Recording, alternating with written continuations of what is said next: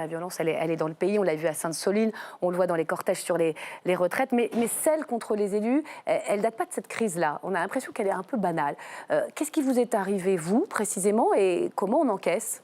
Alors, ce qui m'est arrivé à moi et à ma permanence et à mes équipes, donc, c'est de retrouver 3 fois le lendemain d'une nuit, donc au petit matin, donc mes collaborateurs qui sont arrivés à la permanence avec donc des mots d'abord contre la réforme des retraites et puis sur la dernière fois, donc une montée un petit peu en puissance, des menaces. Oui, on voit d'ailleurs. Et également des simulations de traces de sang, donc avec de la couleur rouge. Voilà, donc bon, c'est mes collaborateurs qui ont découvert ça et donc c'est vrai que pour eux c'est une violence de découvrir cette attaque le matin et donc voilà ce qui s'est passé, quoi. À chaque fois, donc, des saccages autour de cette crise des retraites. Comment on vit ça ?